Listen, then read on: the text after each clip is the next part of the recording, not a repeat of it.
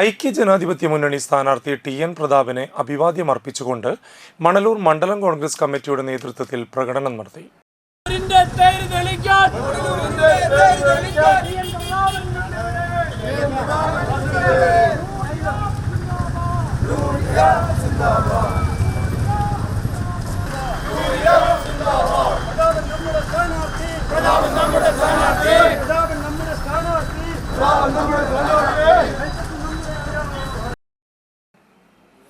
തുടർന്ന് നടത്തിയ യോഗം ഡി.സി.സി സെക്രട്ടറി കെ ബാബു ഉദ്ഘാടനം ചെയ്തു.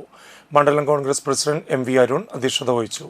ഡി.സി.സി സെക്രട്ടറിമാരായ വി.ജി. അശോകൻ, കെ.ബി. ജയറാം, കോൺഗ്രസ് നേതാക്കളായ K Prakashan, PT. Johnson, Vasu Valanchery, PS. Anandan, Pushpa Vishwambharan, Toly Vineesh, Sunitha Babu, Kavitha Ramachandran, Stephen Neelankavil, Sathyan Kalarikkal, Jisha Surendran, Beena Xavier, Selji Shaju, Jincy Thomas എന്നിവർ സംസാരിച്ചു.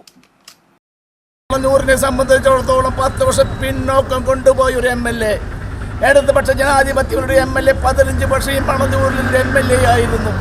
കഴിഞ്ഞ 10 വർഷം തുടർച്ചയായി മണലൂർ എം.എൽ.എ ആയിരുന്നു. നിർഭാഗ്യം എന്ന് പറഞ്ഞിട്ട് എന്താണ് വികസനം എന്നത് മണലൂരുകാരെ സംബന്ധിച്ചിടത്തോളം അവർക്ക് അറിയക്കനിയായി മാറുന്ന കാഴ്ചയാണ് നമുക്ക് കാണാൻ സാധിച്ചത്. ഒരു വികസനവും നടന്നില്ല.